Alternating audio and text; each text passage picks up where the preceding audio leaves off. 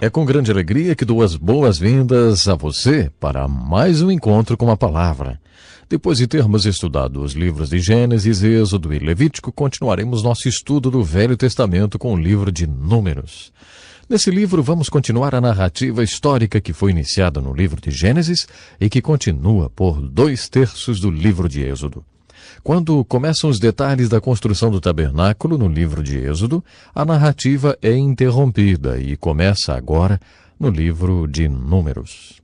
O livro de Números nos fala sobre um período de 40 anos da história do povo hebreu. Esse período histórico poderia ter sido evitado, mas existe uma alegoria da salvação que se inicia no Gênesis e continua por todos os livros históricos. É mais ou menos assim. No livro de Gênesis você encontra a origem da salvação. A origem da queda do homem está no seu caráter. Gênesis capítulo 3 descreve o caráter do homem, como era e como é. O livro de Gênesis também nos fala que a nossa salvação tem suas origens no caráter de Deus, como era e como é. O título Gênesis sugere começo, como a palavra genética. Esse livro nos fala sobre o início ou a origem da nossa salvação. O livro de Êxodo ilustra a nossa salvação dizendo que ele é como a libertação dos filhos de Israel da escravidão do Egito. Assim como eles foram libertos da escravidão do Egito, é possível para mim e para você sermos libertos da escravidão do pecado. Muitos não fazem o que querem, fazem o que têm que fazer ou o que precisam fazer. Isso significa que não são livres. Poucas pessoas são realmente livres. Jesus disse que, se pecamos continuamente, somos escravos do pecado. Mas ele pregou a salvação que pode nos tornar livres. De acordo com Jesus, quando a salvação nos liberta, somos realmente livres.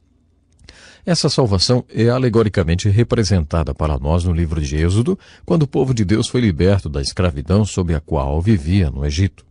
O plano é que eles fossem libertos do Egito e entrassem na terra de Canaã. Deus tinha dito a Abraão, a Isaque e a Jacó que tinha preparado essa terra especial para eles.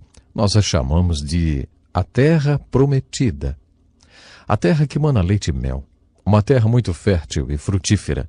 Eles deveriam entrar na terra prometida. Devemos entrar na terra prometida da vida abundante ou no viver cristão abundante. O livro de Números fala sobre um parênteses que houve entre a libertação do Egito e a entrada na terra prometida de Canaã. Eles não foram direto do Egito para Canaã, não. O livro de Números diz que eles andaram por 40 anos em círculos no deserto. Triste dizer, mas sabe que é assim realmente que muitos cristãos ou muitas pessoas que estão na igreja hoje vivem. Eles vivem assim muitas vezes. Eles foram libertados da pena ou do poder do pecado porque, na verdade, creem no Evangelho de Jesus Cristo, como está ilustrado no livro de Êxodo e no livro de Levítico. Mas parece que não descobriram a vida abundante. Vivem deprimidos, desanimados, insatisfeitos e sem realização. Não entraram na terra prometida, na vida cristã abundante. Ao contrário, andam em círculos, dando voltas e voltas, voltas por falta de fé, de desilusão e confusão. O livro de Números continua com a narrativa histórica dos hebreus, ilustrando a nossa própria vida. Gostaríamos que não fosse verdade, mas frequentemente a nossa experiência de salvação se assemelha à salvação alegórica que encontramos na história dos hebreus, relatada nos primeiros livros da Bíblia. Agora que chegamos no livro de Números e você começa a se familiarizar com a sua narrativa, gostaria de lembrar algumas das regras para estudar o Velho Testamento que foram apresentadas no início do curso. É muito importante que saibamos como estudar as Escrituras. Um dos objetivos principais desse curso é dar a você uma visão das Escrituras. Vamos rever algumas dessas regras. Primeiramente, lemos em João, capítulo 17, versículo 17, as palavras de Jesus a respeito das Escrituras. A tua palavra é a verdade. É uma linda afirmação que nos dá uma característica das Escrituras para que a estudemos. Se você tiver a mesma ideia de Jesus sobre as Escrituras, então, quando você for estudá-la, estará buscando a verdade. Quando você estuda as Escrituras, não deve estar preocupado com a forma literária. na qual a verdade é apresentada. Muitas vezes as pessoas estudam as Escrituras tendo em mente a seguinte questão: qual é a forma literária desse livro das Escrituras que estou estudando? Como já dissemos tantas vezes, devemos estudar as Escrituras tendo em mente outras questões. O que isso quer dizer? O que significa? O que significa para mim? Em outras palavras, não estou estudando as Escrituras sobre a perspectiva de sua forma literária. Estou estudando as Escrituras buscando a verdade que ela ensina, sem me importar com a sua forma. Com essa atitude e tendo em mente a visão de Jesus sobre as Escrituras, ela se abrirá para você. Outra regra para estudar as Escrituras está em João, capítulo 7, verso 17. Se você lê as Escrituras buscando a verdade, se deseja praticá-la e aplicar essa verdade na sua vida, então conhecerá a verdade. Se você praticá-la, vai conhecê-la. Se fizer o que ela diz, então saberá que ela é a palavra de Deus e que é a que veio de Deus. E que mostra a você como viver. Juntando esses dois versículos, João 17, 7 e João 7, 17, você descobre como estudar as Escrituras. Busque a verdade e tome a decisão de aplicá-la na sua vida quando Deus revelá-la para você. No Salmo 119, 160, o salmista diz: todas as tuas palavras são verdadeiras. Esse versículo nos dá uma compreensão maior de como estudar as Escrituras.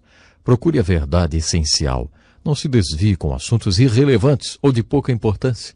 Procure a grande verdade. Aproxime-se das Escrituras, pronto para obedecer à grande verdade quando Deus mostrá-la a você. Outro princípio importante que deve ser lembrado quando estudamos a Bíblia, especialmente os livros históricos, é que todos os eventos ali relatados realmente aconteceram. Não são fábulas. Aquelas coisas aconteceram para aquelas pessoas, para que servissem de exemplos e avisos para mim e para você. Portanto, procure identificar quais são os exemplos e quais são os avisos contidos na narrativa histórica. Depois, lembre-se que esses acontecimentos têm um significado alegórico ao mesmo tempo e não perdem a sua historicidade. Esse princípio está baseado no versículo de Gálatas 4 e 24, onde Paulo se refere ao fato de Abraão ter 2 filhos. Ele disse: o que se entende por alegoria? É claro que é história, mas certamente também é uma alegoria. Paulo nos garante. Eu relembrei essas alegorias porque no livro de Números é importante que procuremos a verdade. Quando estudamos o surpreendente livro de Números, devemos tomar a decisão de aplicar essa verdade em nossas vidas. Nesse livro em particular, que é toda uma narrativa histórica, devemos procurar a verdade em forma de exemplos e avisos. Também devemos perceber que esse livro, além de ser um livro histórico, é uma alegoria. Gostaria de relembrar também a definição de alegoria. Uma alegoria é a descrição de uma coisa por meio da imagem de outra coisa.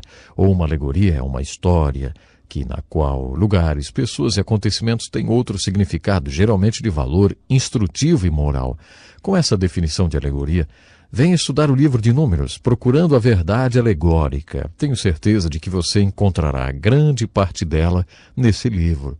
Além disso, procure também no livro de Números a verdade que é impressionante. Acho que o livro de Números é um dos livros mais intrigantes da Bíblia.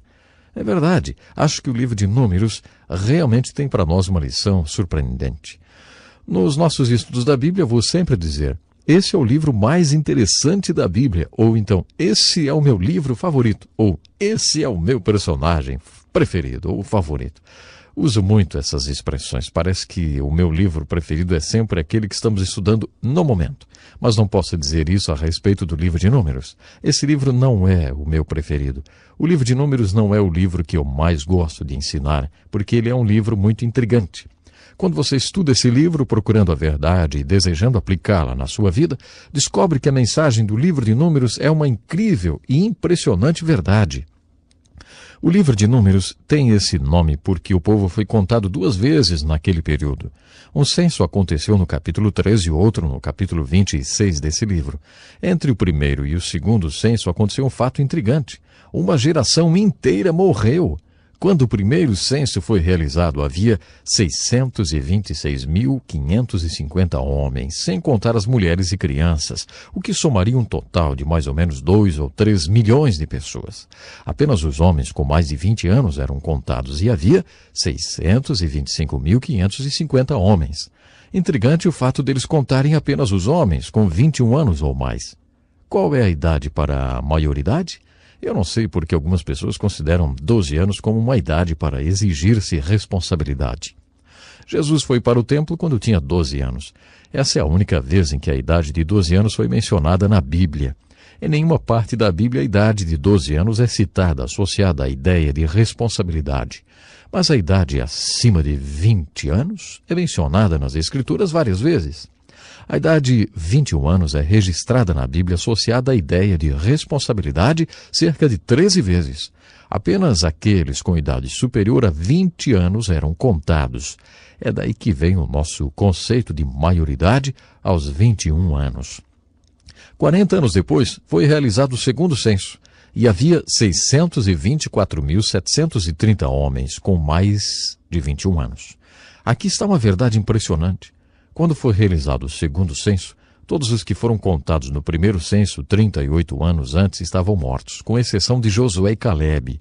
Todos aqueles homens com idade superior a 20 anos e suas mulheres, caso tivessem, estavam mortos quando o segundo censo foi realizado.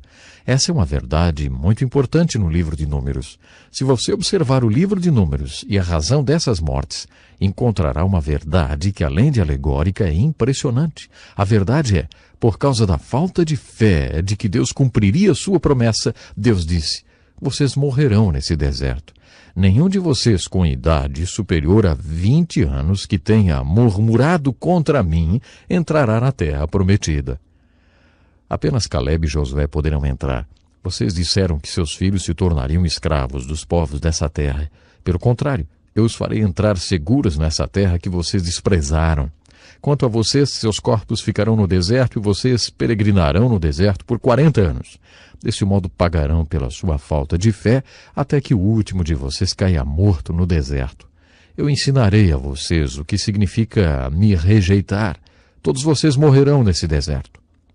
Eu quero deixar com vocês agora um desafio. No livro de Números lemos sobre a morte de uma geração inteira dos filhos de Israel porque eles não creram. Enquanto estudamos o livro de Números, pergunte a si mesmo: o que isso quer dizer? O que significa? O que significa para mim? Você crê em Deus? Você confia nas suas promessas? É intrigante, é impressionante quando nós, assim como os israelitas do Velho Testamento, não cremos em Deus. Mais uma vez o nosso tempo acabou, portanto eu lhe convido, junte-se a nós no nosso próximo encontro, quando continuaremos nosso estudo no livro de Números e veremos como poderemos aplicar essas verdades em nossas vidas. Até o nosso próximo encontro com a palavra. Deus abençoe. Este é um estudo escrito pelo Dr. Dick Woodward, na voz do pastor Edson Bruno.